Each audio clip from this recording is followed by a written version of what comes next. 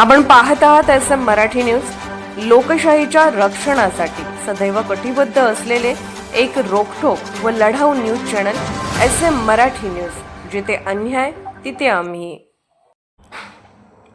डोळ्यात कचरा गेल्याने मोपेडवरील नियंत्रण सुटले, विहिरीत पडून विवाहितेचा दुर्दैवी मृत्यू।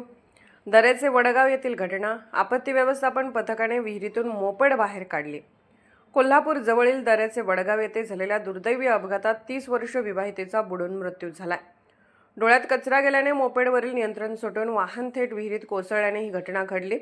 मयुरी विशाल बेनके वय 30 असे मृत महिलेचे नाव असून मिळालेल्या माहितीनुसार दिनांक 17 मे रोजी रात्री सुमारे 9 वाजण्याच्या सुमारास मयुरी बेनके या आजारी असल्याने पती विशाल बेनके यांच्यासोबत मोपेडवरून रुग्णालयाकडे जात होत्या।